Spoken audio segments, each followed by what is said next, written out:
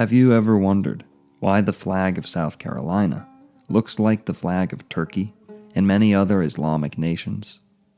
At first glance, it may seem like a meaningless coincidence, but what if I told you that this is merely the tip of an iceberg regarding the hidden Turkish history of America?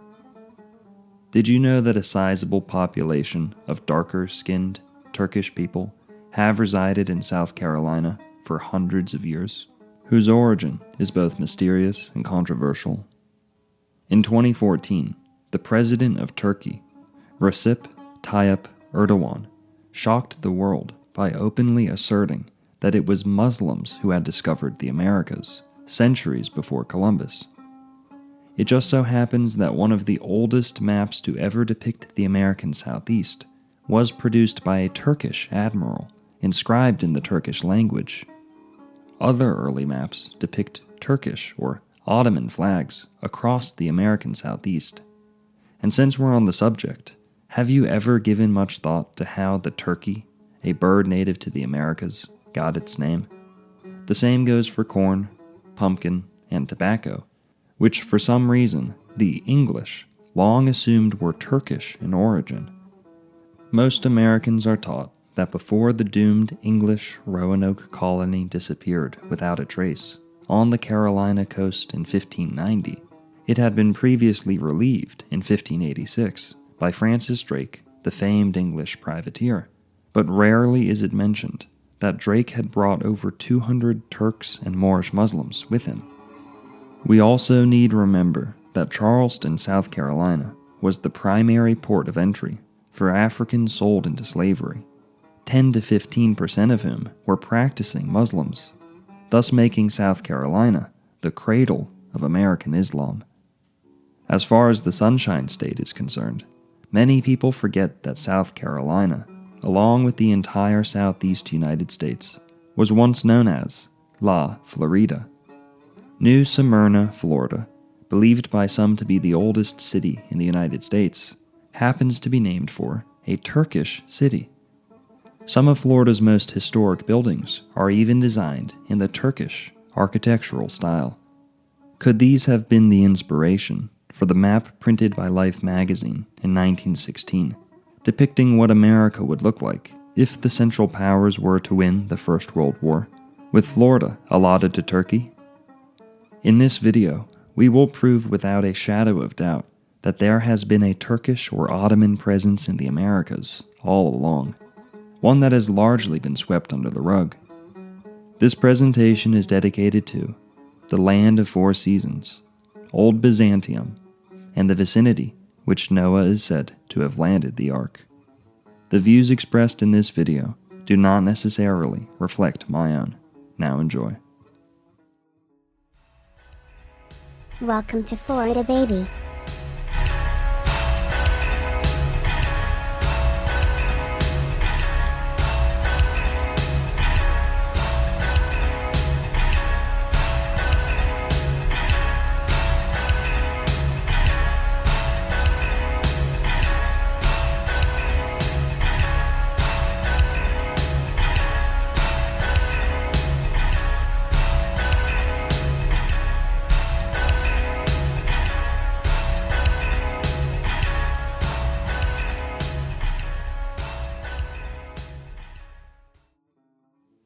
The first thing to know when discussing the flag of South Carolina is that their flag has not yet been officially standardized, meaning that there is a general design consistent across the state, but specifications and even color can vary from institution to institution. That being said, the modern flag of South Carolina is commonly thought to be nothing more than an homage to the 1775 Moultrie flag, raised by an anti-British force at a fort in Charleston Harbor, which features a white crescent on blue background in its upper hoist corner. The flag design is typically said to have been based on the blue uniforms and white crescent badges on the caps of the fort's Patriot Guards, who were commanded by Colonel William Moultrie. We ought to note, however, that white crescents on blue flags can be seen in maps of the southeast United States from over 200 years earlier, as will be seen shortly. A Turkish-style star and crescent even shows up on the Confederate flag of the Muskogee Indians, which could entirely debunk the theory that South Carolina's crescent is merely an adaptation of a soldier's uniform. As for the palm tree in the South Carolina flag, Fort Moultrie was constructed with palmetto logs that were impervious to British cannon fire, earning them a legendary status. Various palmetto flags flew in the early 19th century, becoming ubiquitous in late 1860 and early 1861, after South Carolina seceded from the Union.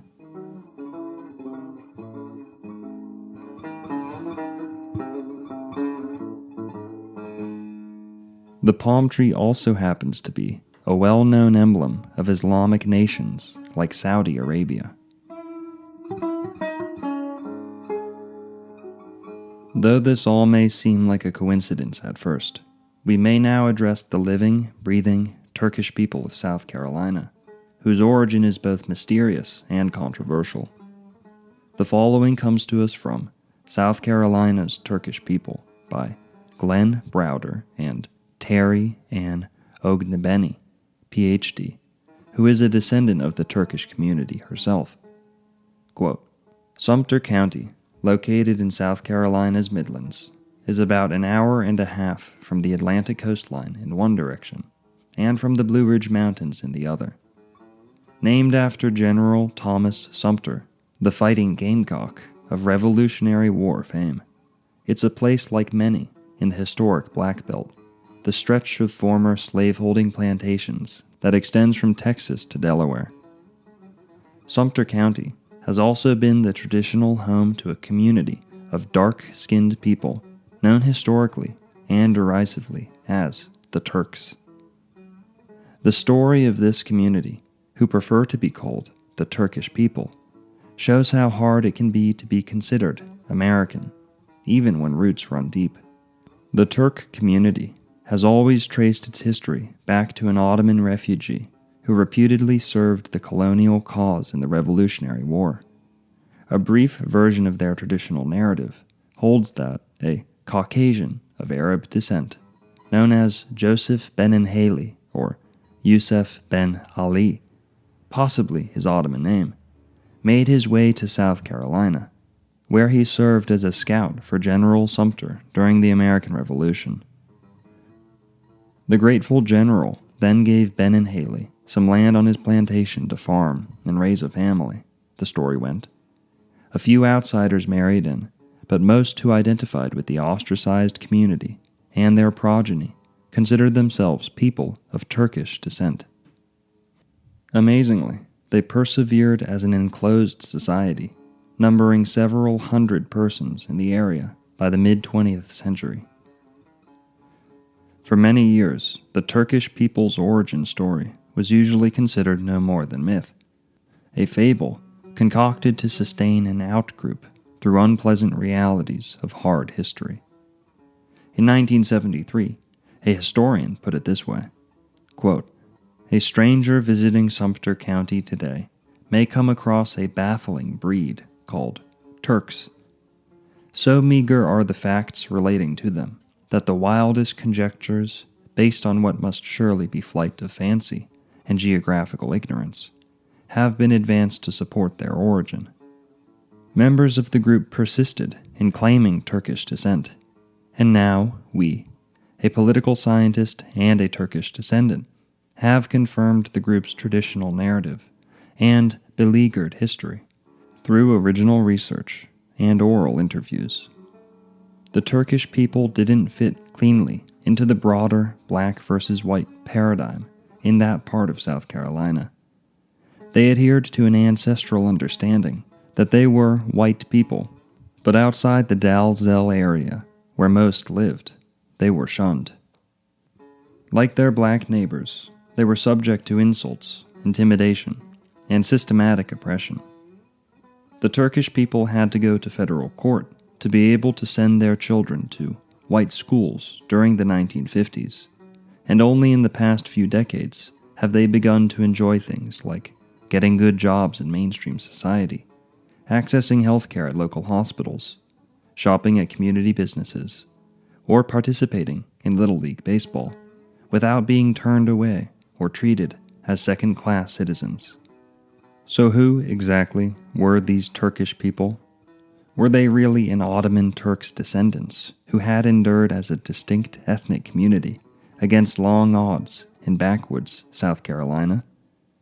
The Turkish people have always been extremely skittish about genetic testing, but we, authors of South Carolina's Turkish People, A History and Ethnology, obtained DNA sequences for 8 direct descendants of the supposed patriarch, Joseph Ben-Enhaley. Though such testing has its problems, it can be useful in combination with other research. In this case, the results for the 8 subjects were consistent with ancestry including a Mediterranean, Middle Eastern, or North African progenitor, with substantial white European admixture, some evidence of Native American linkages, and no significant sub-Saharan African contribution. We also compiled a genealogical census of 270 Joseph Ben-Enhaley descendants who lived in the Dalzell area during the 1800s, a number we deemed sufficient to judge the social character of that family settlement in its formative generations. The accounting showed important patterns. People with the Ben-Enhaley last name comprised slightly over half, 51%, of the individuals in the group, and the 6 intermarried families accounted for almost all of the names in the confined community. This was consistent with the stories we'd heard about a community that has always revolved around the family, their school, their church, their farms, and whatever jobs they could find in the Dalzell area. Finally, we surveyed graveyards at the 2 churches that served as principal places of worship for the Turkish people during the 1900s, and our count of Ben-Enhaleys buried in both was equally impressive. Ben-Enhaleys again comprised a slight majority, 51%, of interred individuals, and the same 6 family surnames accounted for virtually all of the individuals resting in peace in those cemeteries. Also, few individuals with Turkish community names were buried outside the Dalzell area, attesting to the isolation of that group. All these findings and others suggest very strongly that the Turkish people did indeed endure as an enclosed ethnic community, originating from Joseph Ben-Enhaley and known as the Turks, in rural South Carolina for almost 2 centuries. Getting Turkish elders to talk about themselves was a difficult task. Bad memories still bothered many of them. As one scholar reported, in the 1970s, the mood of the community strictly opposes any sort of historical investigation.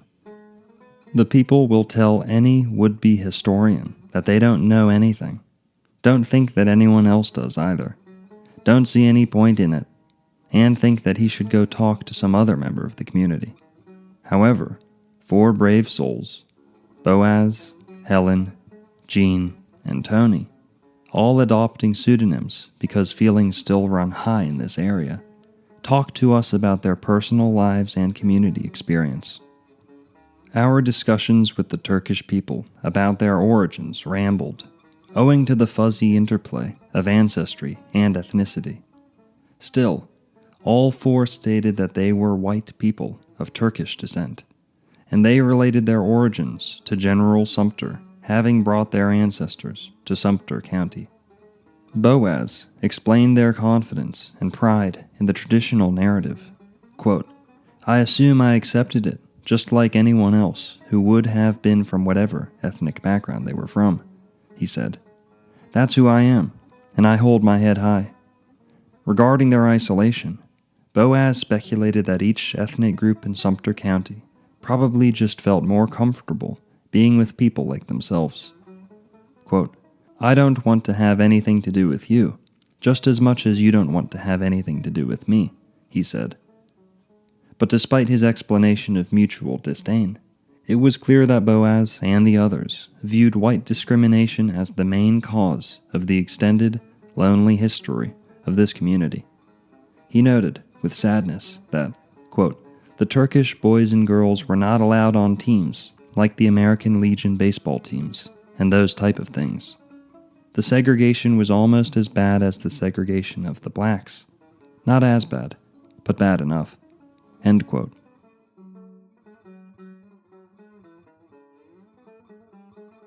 For the longest time, the legitimacy of the Sumter County family's Turkish heritage was brought into question. But now it has been proven with DNA that they were telling the truth all along. The fact that some had accused the Benenhaleys of being a mixed race or Indian community who merely claimed to be Turkish in order to be exempt from enslavement or removal actually does reveal another clue about the hidden Islamic history of America. South Carolina just so happens to be the first American territory to legally distinguish dark-skinned Islamic subjects from even darker-skinned slaves from sub-Saharan Africa. Take, for example, the Moors Sundry Act of 1790, an advisory resolution passed by the South Carolina House of Representatives, which clarified the status for free subjects of the Sultan of Morocco, Mohammed bin Abdallah. The resolution offered the opinion that free citizens of Morocco were not subject to laws governing blacks and slaves. As far as Islam in South Carolina goes, 10 to 15% of enslaved Africans in North America were actually practicing Muslims, a fact frequently overlooked in American history class. Charleston, South Carolina, was the main port of entry for enslaved Africans, making it the center of early American Islam. Concerning the Benenhaley clan, it is believed that the patriarch, Yosef ben Ali, was originally a practicing Muslim, but at some point, the family lost all connection to the Islamic faith. Having acknowledged that the Benenhaley clan has been in the United States since the Revolutionary War, we ought to ask if there is any indication of an earlier Turkish or Ottoman presence in the Americas. The answer is yes. Recep Tayyip Erdoğan became the president of Turkey in 2014, and in that same year made a claim which shocked the world. At a gathering of Muslim leaders from Latin America, President Erdoğan asserted that Islamic voyagers had reached the Americas long before Christopher Columbus. It was 314 years earlier, to be exact. Last week, a statement made by President Erdoğan left many people scratching their heads. He claimed that America was not discovered by Christopher Columbus, but rather by Muslims. During the Latin American Muslim Leaders Summit, Erdoğan said, Muslim sailors had arrived in the shores of America in 1178. In his diaries, Christopher Columbus referred to the presence of a mosque on top of a mountain in Cuba. End of quote, and said that Islam was widespread by the time European explorers reached the New World. Following this announcement, Erdoğan instructed Turkey's schools to adopt a policy of highlighting the contribution of Islam to global science and arts and include the discovery of the New World by Muslims. Such a claim clearly flies in the face of everything we've been taught about American history. But there is actually a plethora of evidence to back it up. Take, for example, the earliest European maps of America from the 15th and 16th centuries. The 1513 Pires Map is a Turkish world map compiled from even earlier maps and calculations by an admiral and cartographer of the same name, born in Gallipoli, Turkey, around 1470. Only 1/3 of the Pires Map survives today, housed in the Topkapi Palace at Istanbul, Turkey. When the map was rediscovered in 1929, the remaining fragment garnered international attention for including a partial copy of an otherwise lost map by Christopher Columbus. The Pires Map is a portolan chart with compass roses and a windrose network for navigation, rather than lines of longitude and latitude. It contains extensive notes primarily in Ottoman Turkish. The northwestern coast is thought to combine features of Central America and Cuba into a single body of land. Scholars attribute this peculiar arrangement to a now-lost map from Christopher Columbus that merged Cuba into the Asian mainland, and Hispaniola with Marco Polo's description of Japan. This reflects Columbus's erroneous claim that he had found a route to Asia. The southern coast of the Atlantic Ocean is most likely a version of Terra Australis. The Pires Map is visually distinct from European portolan charts, clearly influenced by the Islamic miniature tradition. The map was unusual in the Islamic cartographic tradition for incorporating many non-Muslim sources. Historian Karen Pinto has described the positive portrayal of legendary creatures from the edge of the known world in the Americas as challenging the medieval Islamic idea of an impossible encircling ocean surrounding the Old World.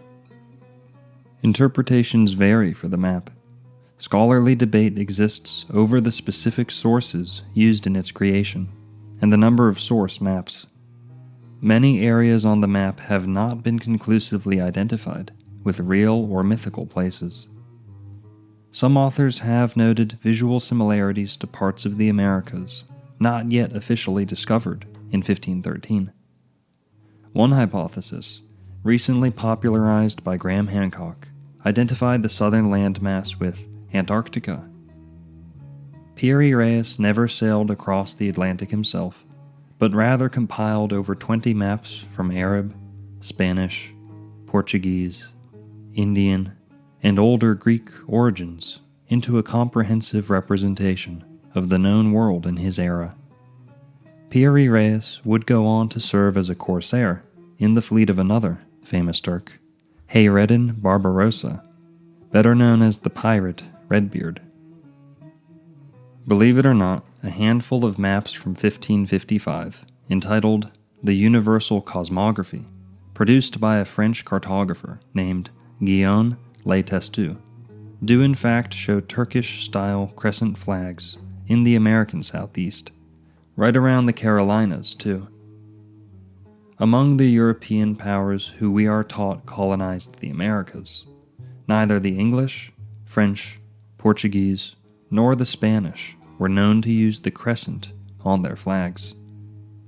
Of all the Western world powers active in the year 1555, only the Ottomans employed the crescent as a national symbol. Not many people are aware that France and the Ottoman Empire actually had an alliance from 1536 to 1798, which pretty much encompassed all of America's colonial period. The Spanish and English would eventually beat out the French for control of the Americas, therefrom making sure to undermine or erase them from the history of that continent. Likewise, could it be possible that the Ottoman legacy of America was swept under the rug alongside the French? The aforementioned French cartographer, Guillaume Le Testu, would actually meet his demise in Panama while on a joint expedition with the famed British privateer, Francis Drake. Born in England around 1540, Sir Francis Drake was an admiral, explorer, and pirate, depending on who you ask, best known for being the first Englishman to circumnavigate the world, which he accomplished in a single expedition. After a decisive victory over the Spanish at the wealthy port city of Cartagena, Colombia, in 1586, Francis Drake is known to have freed over 200 galley slaves of Turkish and Moorish descent. Drake specifically ordered that any Turks encountered in the battle be spared and treated with respect. From there, the majority of those Turks actually accompanied him to the Roanoke Colony in North Carolina. 3 or 4 years later, in 1590, it was confirmed that the Roanoke Colony had vanished without a trace. Conspiracy theories and ghost stories abound regarding the disappearance of the 100 or so remaining colonists. It's unknown how many Turks ended up staying at Roanoke, but we do know that Francis Drake was kind enough to pay for the repatriation of those who chose to return to Turkey. No explanation can be found on the internet as to how those Turks first arrived in the Caribbean, so far away from their homeland. It is commonly taught that the ancient Spanish city of St. Augustine, Florida, founded in 1565, is the oldest city in America. But there just so happens to be a Turkish twist to that narrative. He's done years of research and says Florida's oldest city is right here in Central Florida. West 2's Amanda Ober shows us how history could be changing. For the location it being Mesquite. If Harris Samuels is correct, New Smyrna should really be known as Old Smyrna. New Smyrna should really be known as Old Smyrna. I'm not the first one to think of this. Samuel says on a visit to St. Augustine, he noticed a map from 1589 claiming to show that city as the oldest continuously occupied city in America looked an awful lot like New Smyrna, more specifically, Ponce Inlet. It may be that when St. Augustine was first founded, it was at this location, and then moved within months. Samuel says after 10 years of research, he's found significant evidence that the old map actually shows the first Spanish settlement was in New Smyrna. Samuels points to the ruins in New Smyrna's old Fort Park as a clue. The origin of these ruins has long been a mystery and the topic of debate, but Samuels is convinced that this is what's left of a fort referred to on old Spanish maps as the original St. Augustine. Samuel says the fort was burned down by Englishman Sir Francis Drake, and at some point after that, St. Augustine was established in its current location. Samuel's research does have the potential to rewrite history, but he says what he's most interested in is preserving it. My interest is just to see that this doesn't get lost. In New Smyrna Beach in Volusia County, Amanda Ober reporting West.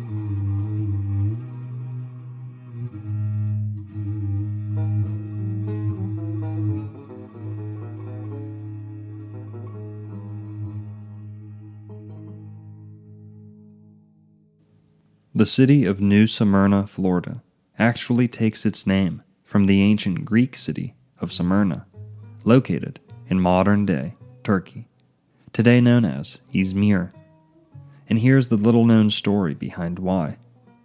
Andrew Turnbull was a Scottish doctor and diplomat who, from 1765 to 1783, attempted to colonize an extremely large piece of land just south of St. Augustine, Florida, at present-day New Smyrna Beach. As a British consulate to the Ottoman Empire, Turnbull made the decision to rally a labor force of servants from the Mediterranean. Of the 1,000 or 2,000 Ottoman subjects who took part in the original 1768 New Smyrna colony, at least 100 or so were laborers from modern-day Turkey. Turnbull named this colony Smyrnia in honor of Smyrna, his Ottoman wife's birthplace. The Turnbull colony was the largest attempted European settlement in the United States, 3 times larger than Jamestown, yet most Americans have never even heard of it. Although the colony dissolved, the vast majority of these Ottoman subjects remained in Florida and have since assimilated to the modern population. And, to bring things completely full circle, when Florida was given back to the Spanish in 1783, Andrew Turnbull would go on to permanently relocate in, you guessed it, South Carolina.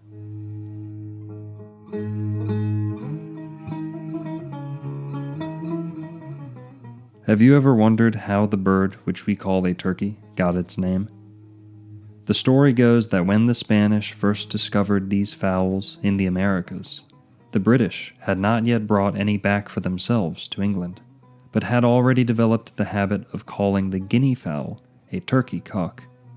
Even though the guinea fowl was native to Africa, it was assumed to have come from Turkey, due to the fact that the route which they took into Europe crossed through Turkey at the hands of Ottoman traders.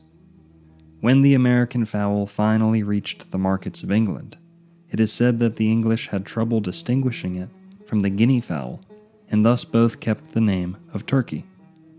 Though this official explanation sounds reasonable enough, there are quite a few holes in the logic. For starters, the first turkeys are believed to have arrived in England in 1526, brought by William Strickland, a Yorkshire man who purchased them from American Indian traders. By 1541, the American fowl had become a staple of English markets and was already being referred to by the name cock of Indy. By 1575, the American fowl had become a popular Christmas dish. Guinea fowl, on the other hand, were not a staple of English markets until the 1550s. How or when the name switched to turkey is unknown, but this already proves that the English were perfectly capable of trading American fowl without confusing their names or place of origin. It seems the English had some greater reason than confusion for calling this American fowl a turkey. The greatest way to disprove the confusion with guinea fowl explanation is to address the many other American goods that came to be incorrectly labeled as Turkish this or turkey that. For example, corn was called Turkish wheat, and pumpkins were called Turkish cucumbers in English marketplaces. As with the turkey fowl, we are expected to believe that the English were confused about these crops' country of origin, even though a direct line of trade had already been established between England and America. Some offer the explanation that the English were in the habit of calling everything which seemed exotic as Turkish, even though the Turkish Empire had no acknowledged presence in the Americas. The strongest yet least understood link between Turkey and colonial America would have to be tobacco. Though tobacco is native to the Americas, the plant would somehow become a principal industry and favored pastime of Turkey. As of 2024, around 19% of American adults admit to regularly smoking tobacco, compared to 43% of Turkish adults. Turkey dominated the trade of tobacco across Eurasia for centuries, despite having no official foothold in the Americas. The Turks even bred their own variety, known as Turkish tobacco, which surprisingly came to rival American tobacco in global popularity. In my opinion, the most likely explanation seems to be that Turkish travelers had more of a hand in the trade of these goods than is commonly supposed. In the year 1916, as World War I was in full swing, a supposedly satirical map was printed for propaganda purposes by Life magazine, reflecting the outcome of the war if the Central Powers had won and divvied up America. During World War I, Germany was allied with the Ottoman Empire, also known as the Turkish Empire. Though considered a satire, it is apparent that the fantasized designations in the map were inspired by reality. For example, the heartland of America, labeled as New Prussia, is allotted to Germany, due to the fact that Germans are the largest ethnic group in Midland America. The Pacific Coast has been allotted to Japan, not only due to proximity, but also the fact that California has the largest Japanese population in the United States. A piece of the already allied Mexico has been given to Austria, probably due to the fact that Archduke Ferdinand Maximilian Joseph of Austria was Emperor of Mexico from 1864 to 1867, and thus Austrians settled in much of northern Mexico during the 19th century. The so-called American Reservation is placed in Arizona, New Mexico, and Utah, the states with the largest Indian reservation and most reservations altogether. With this pattern of inspiration in mind, we are left to wonder why Florida was allotted to Turkey. According to mainstream academia, there is no official connection whatsoever between Florida and the Ottoman Empire, or Turkey. But in keeping with the other allotments on the map, a closer look reveals a firm affiliation, albeit more obvious at the time of the map's publication. For starters, Florida is littered with seemingly Islamic architecture, yet there is no official Islamic legacy in the state to account for it.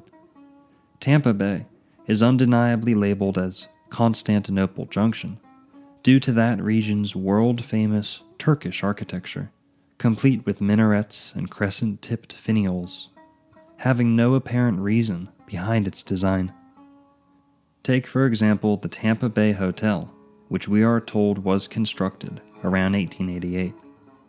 It is generally assumed that all of Florida's Islamic-style architecture is merely the result of Spain's Muslim legacy, but Spanish colonial architecture in Florida is entirely distinct from the Turkish and Moorish revival architecture that mysteriously took hold in Florida.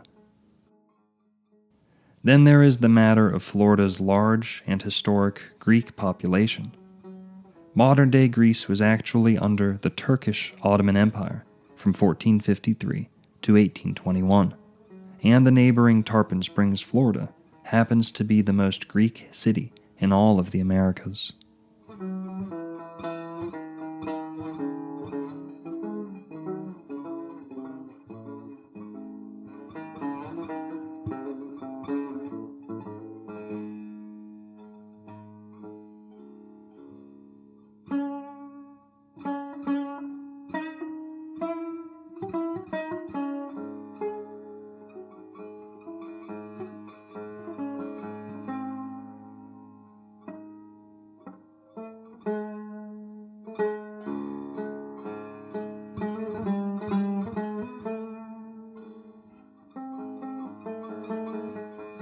In review, we have shown that the flag of South Carolina bears an undeniable resemblance to the flag of Turkey, that Sumter County, South Carolina, is home to a mysterious population of Turkish people whose true ethnicity has long been ridiculed, only to be recently validated by DNA, that the president of Turkey himself claimed Islamic voyagers reached the Americas over 300 years before Christopher Columbus, that the Turks were some of the first people to produce maps of the southeast United States, and that some of the maps from that era seem to explicitly show Turkish flags across the American Southeast.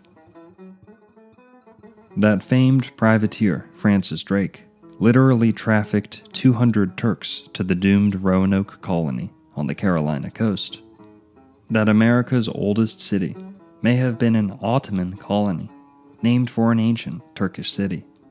That Europeans somehow assumed turkeys, corn, pumpkin, and tobacco originated in the Turkish Empire, and that the Turkish influence on Florida in 1916 was strong enough to inspire anti-Turk propaganda during World War I.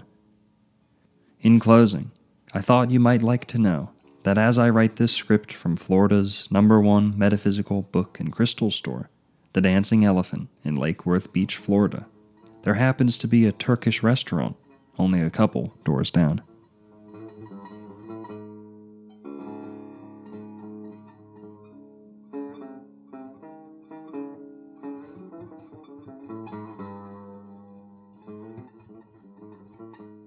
Here are a couple of ways you can support the channel. Make sure to check out Florida's #1 metaphysical book and crystal store, The Dancing Elephant in Palm Beach County. You just might find me there at work.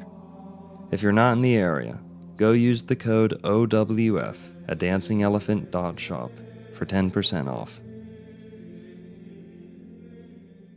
Unleash your crown chakra with our 100% cotton Make Atlantis Great Again visors, available at oldworldflorida.myshopify.com.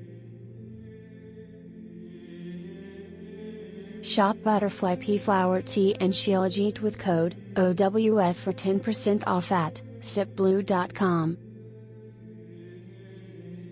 Shop Organic Moringa with code OldWorldFlorida for 10% off at themoringaman.com.